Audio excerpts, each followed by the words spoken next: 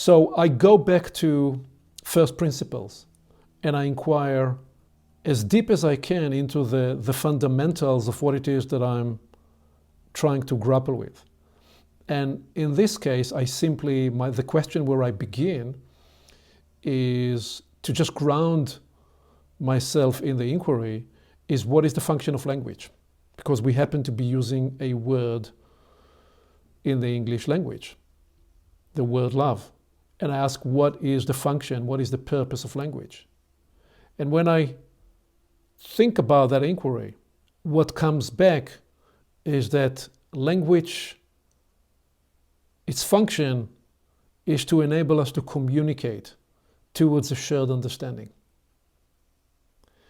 And it's there to connect us by creating a sense of shared meaning and shared experience. And to do that, it is there to help us make meaning.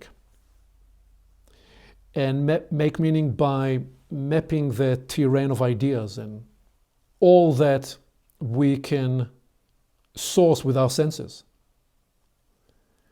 And language is there to enable us to develop specifically shared agreements and shared appreciation, which is so important if we are ever to collaborate and build something together. And language is there to inspire possibilities and options. And finally, I'd say language conveys energy potential. And it does so by transferring presences and essences. And this is an important distinction because what I'm trying in this last awareness about language to convey is the realization that these are not words on the page, not just words in the dictionary, they are energy capsules. They contain energy potential. The simplest way I sense into this is that, well, practically, anything humans have done from the beginning of time, creatively and destructively, was often inspired by somebody framing some ideas or sentences or painting some kind of a vision that catalyzed action. So the words communicated tremendous amount of energy all the way from despotic leaders to compassionate leaders. My problem, my difficulty, my struggle with the word love is that we generally have a sense of many of the word clouds, but in my experience, the word no longer serves in any of the specific examples I offered. It doesn't really communicate a shared understanding. We have vague understanding, in my estimation.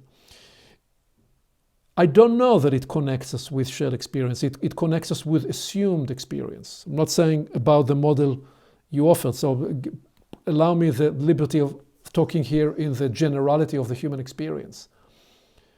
And I don't know that in most circumstances where people would use the word love, that they are actually able to map a clear terrain of ideas, let alone a clear model of agency that will make meaning for them such that they can become operative inside that terrain and navigate their possibilities. And I think that the reason there is a lot of confusion and conflict and many agreements get broken in the world in all sorts of spaces and arenas, personal and professional, is because people don't really know how to develop shared agreements and to truly appreciate what they mean in the language they are using and what they intend to do to work very hard in the application of the soft agreements that they have made. And so I think whilst we want language to inspire possibilities and options, often it inspires confusion and cross-purpose energy.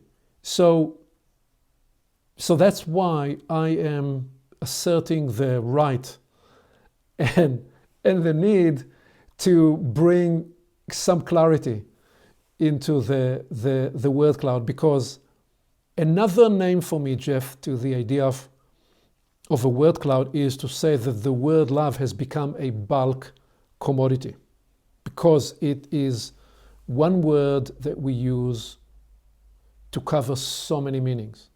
So you mentioned already, but I'll just highlight that. We talk about parental love. We talk about brotherly love. We talk about erotic love. We talk about love of an idea, love of the divine. And we use, for all those very different experiences and states and so much more, we use the same word. So the language somehow left us very incomplete and missing the nuance, because each of those different kind of loves require ultimately a different word.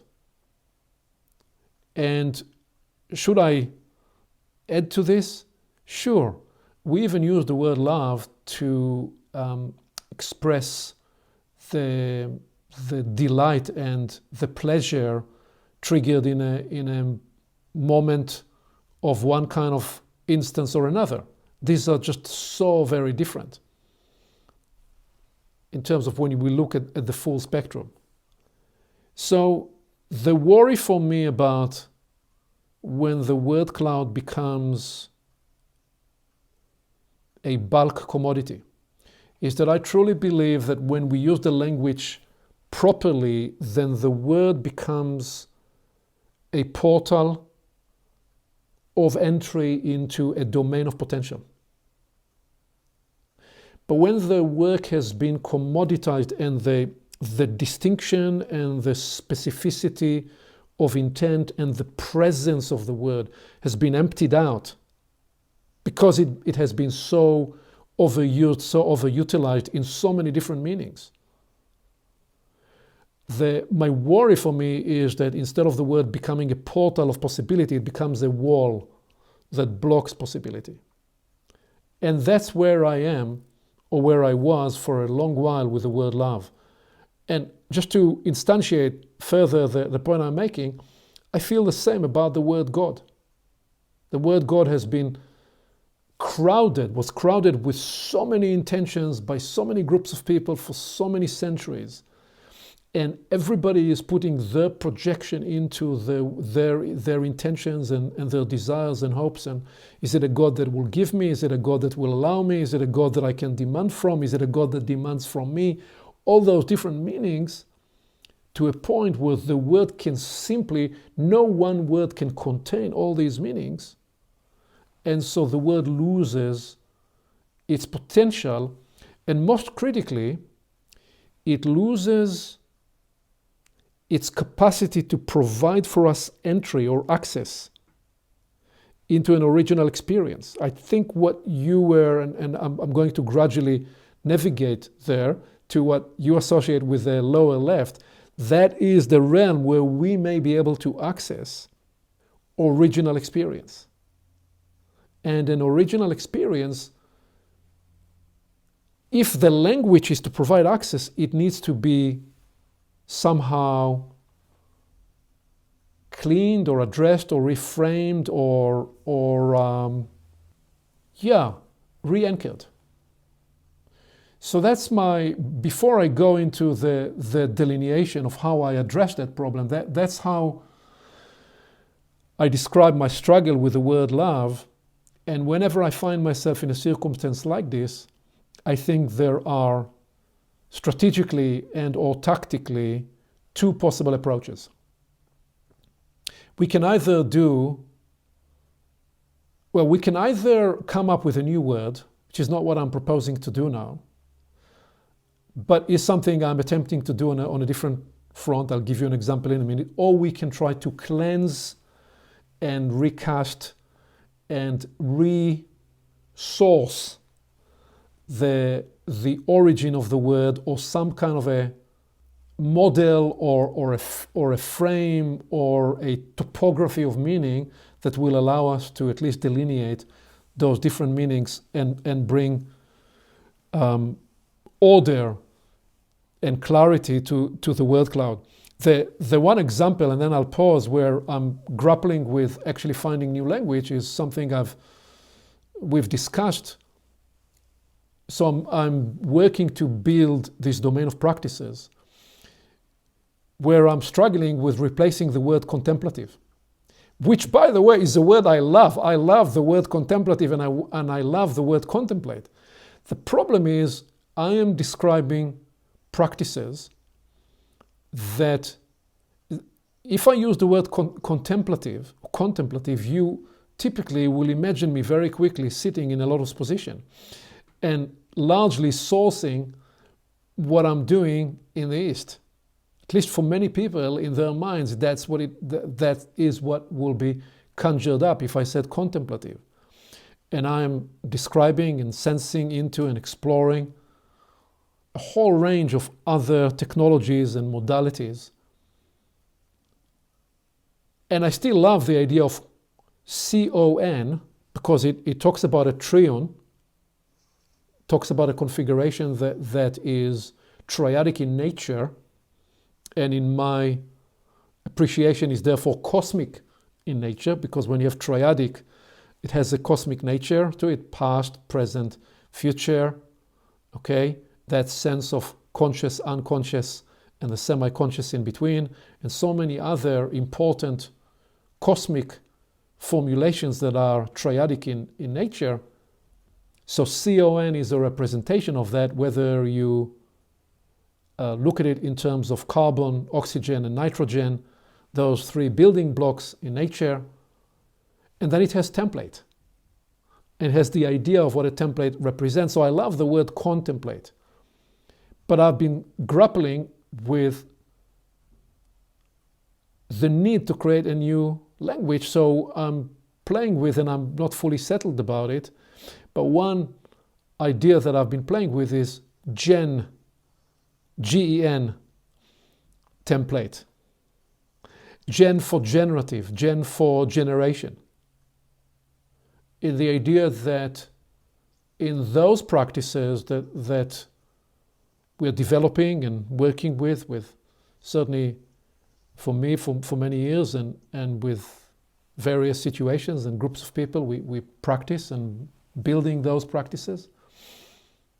The key element begins actually with making a distinction between the meditative and those contemplative or gentemplative practices, where there is a sense of becoming active.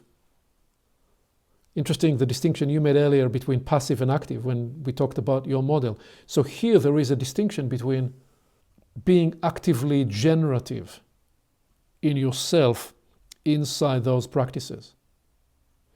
But today, I'm not proposing to replace the word love. I'm proposing that we simply try to delineate 7 dimensions and 7 levels, or 7 expressions of love. And you in many ways already touched all of those. I would like to try to run them one by one with you and let you calibrate and sense into it. But before we do, this was a long introduction. Anything that comes alive for you, anything that in what I was just in the way I painted, my need to address the phenomenon of a word, important word, becoming a commoditized bulk entity that provides no entry, no longer access and no longer entry to an original experience, and the need to work through that blockage, through that wall. Well, you've said it well. What comes to me is there's a lot of entropy around love at this point.